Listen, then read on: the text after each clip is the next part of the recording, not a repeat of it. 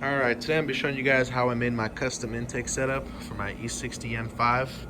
All these parts I purchased off Amazon, roughly cost me around $160 to purchase, and took about maybe like 30 minutes to make.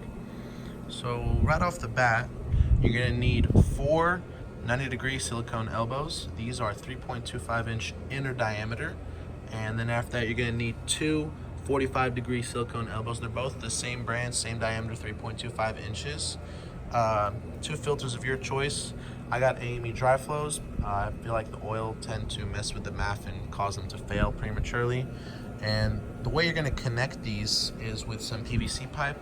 You're not going to need that long of a pipe. I overestimated how much I was going to use, but that is, I believe, a schedule 35 or schedule 40 3-inch inner diameter. That has, I purchased it from Lowe's, but pretty much that's what's connecting the silicone hoses at this joint, that joint, right here. This is a DEI heat reflective tape. I didn't want some cheap white PVC pipe showing. So yeah, after that, the next part, you're gonna need to get 2 silicone reducers. This goes from a 3.75 inch inner diameter to a 3-inch inner diameter. Now it's going to be a tight fit because your MAF housing is actually 3.25, but it's silicone, it'll stretch.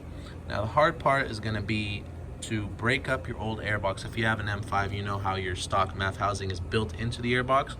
You're going to have to break it off.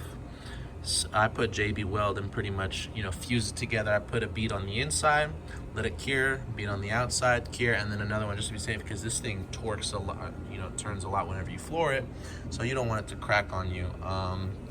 But yeah, like I said, pretty easy. Some replicas, like I believe the ASR intakes are 3,000, the eBay Efren knockoff are 1,500, and these, they do just as good as a job, no tuning required, and save you a lot of money. Like I said, it's like $160 from Amazon.